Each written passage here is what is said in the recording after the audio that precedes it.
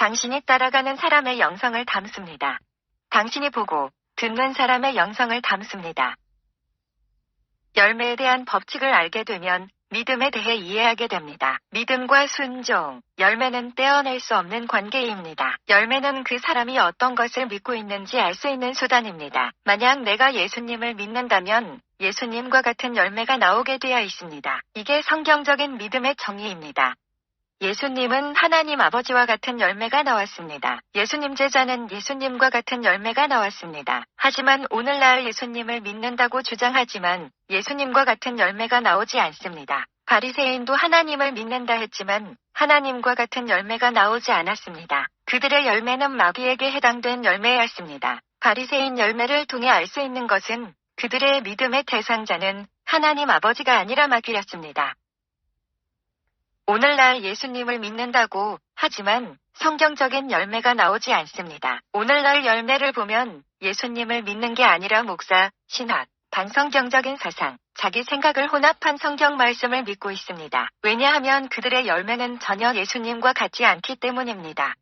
내가 예수님을 믿는다고 하면서 예수님과 같은 열매가 나오지 않는다면 내 자신을 점검해야 합니다. 곧 내가 보고 듣는 것과 마음의 상태를 점검해야 합니다. 보고 듣는 것은 생각에 영향을 미칩니다. 생각은 나의 믿음과 말과 행동에 영향이 미칩니다. 보고 듣는 것은 씨앗입니다. 마음은 밭입니다. 이게 서로 잘조화가 이루어지면 좋은 열매가 산출이 됩니다. 내가 보고 듣는 것이 정말 순수한 성경 말씀인지 아니면 내 생각이 혼합된 말씀인지 점검해야 하며 나의 마음의 밭이 현재 거짓된 것을 진리처럼 받아들이는 마음의 밭인지 진리를 진리로 받아들이는 마음인지 점검해야 합니다.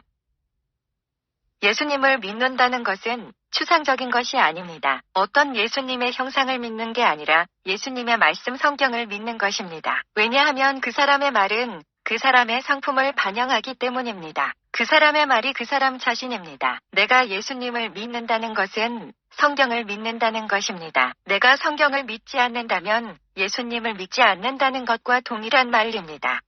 성경 곳곳에 예수님과 하나님 말씀을 하나로 말씀하고 계십니다.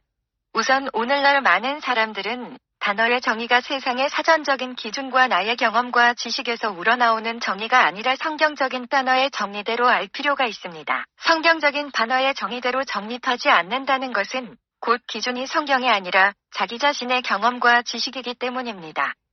오늘날 많은 그리스도인이 성경적인 기준이 아니라 자기 경험, 지식이 기준이 되어버린 시대이며 단어의 정의도 성경적인 기준이 아니기 때문에 단어의 정의도 제각각입니다. 믿으면 순종하고 순종하면 열매가 나타나는 것입니다. 이것은 진리나 거짓이나 똑같습니다. 진리를 믿게 되면 행하고 행하면 진리에 따른 열매가 나옵니다. 거짓을 진리처럼 믿게 되면 거짓말을 행하고 거짓말에 따른 열매가 나옵니다.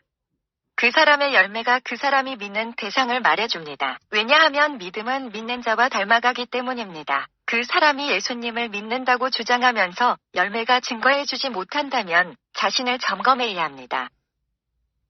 여러분이 열매의 법칙에 대해 이해하게 되면 그 사람의 말씀씨와 이론과 논리적인 말에 미혹되지 않을 것입니다. 곧 그들이 누구를 믿고 있는지 알게 됩니다. 아무리 그들이 예수님을 믿고 있다고 주장하더라도 그들의 열매가 그들의 믿음의 대상자를 알게 해줄 것입니다.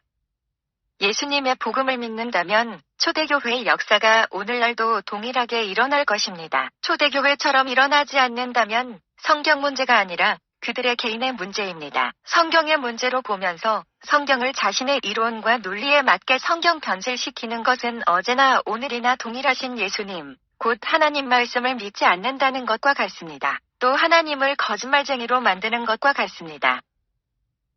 어떤 사람에게는 초대교회의 역사가 일어나고 어떤 사람에게 일어나지 않는 것은 그들의 개인의 문제입니다. 하나님은 차별하지도 않으시고 변하지도 않으시며 자신의 말씀을 신실하게 지키시는 분입니다.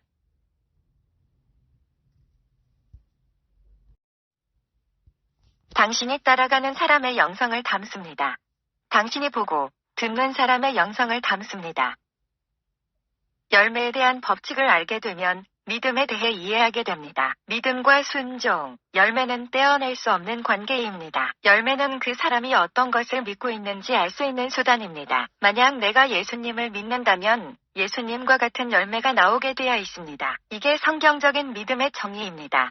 예수님은 하나님 아버지와 같은 열매가 나왔습니다. 예수님 제자는 예수님과 같은 열매가 나왔습니다. 하지만 오늘날 예수님을 믿는다고 주장하지만 예수님과 같은 열매가 나오지 않습니다. 바리새인도 하나님을 믿는다 했지만 하나님과 같은 열매가 나오지 않았습니다. 그들의 열매는 마귀에게 해당된 열매였습니다. 바리새인 열매를 통해 알 수 있는 것은 그들의 믿음의 대상자는 하나님 아버지가 아니라 마귀였습니다.